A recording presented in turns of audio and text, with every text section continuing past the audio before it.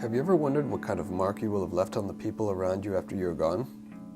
Many of us have pondered this at one time or another, but I think it is hard to predict what you remember about others after they're gone, maybe because thinking about someone you love being gone is just too unbearable. However, it is eventually unavoidable. My grandfather died 3 years ago, and I could have never predicted the things that would stand out in my mind, as they do now, about him. For example, his contagious scowl.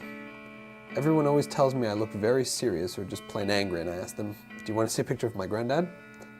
Well, that's him, the serious one. All my life I can remember my grandfather having that same expression of serious thought with a touch of sourness. But that wasn't representative of the real Ralph Seidel. If I look back at old photographs, I see and remember a different man. I recall the tall, lean, strong gentleman who would stand around the drink table to make sure each and every drink was served with the proper proportions of alcohol and that it was to the liking of who was to drink it. Yes, he was a meticulous and calculated man. Nothing was left to chance with him, not even the special Santa Claus socks to be worn only on Christmas. By looking back, and I mean way back, I see a happy, good-looking guy. I see the father of two, grandfather of another two, and a faithful, loving husband. I remember a master mechanic who was obsessed with tools, so much so that he had two of every tool imaginable. And although he had gotten on in age and less mobile, he still had a fire in him to fix things, to make them right by his standard of perfection.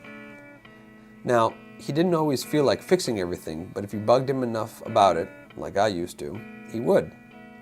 Like the summer when I was 18 and just had to buy a British sports car. My grandfather was of course opposed to the idea because he knew better than anyone that he was going to be the one under the thing in the months to come, getting it roadworthy for me again. And he did, with me at his side, although I wasn't much help. But aside from his stern exterior and sometimes harsh misdemeanor, Pops was always willing to do these things not just for me, but for anyone who needed his help without expecting any sort of compensation. His reward was tithing through the people around him because it was simply the right thing to do. He lived by the code of a gentleman. Now that he's gone and there's no more fix-it man around, no more scowls to answer my silly questions, and no longer anyone to call Pops, I know now that there isn't just one thing I will always remember about him.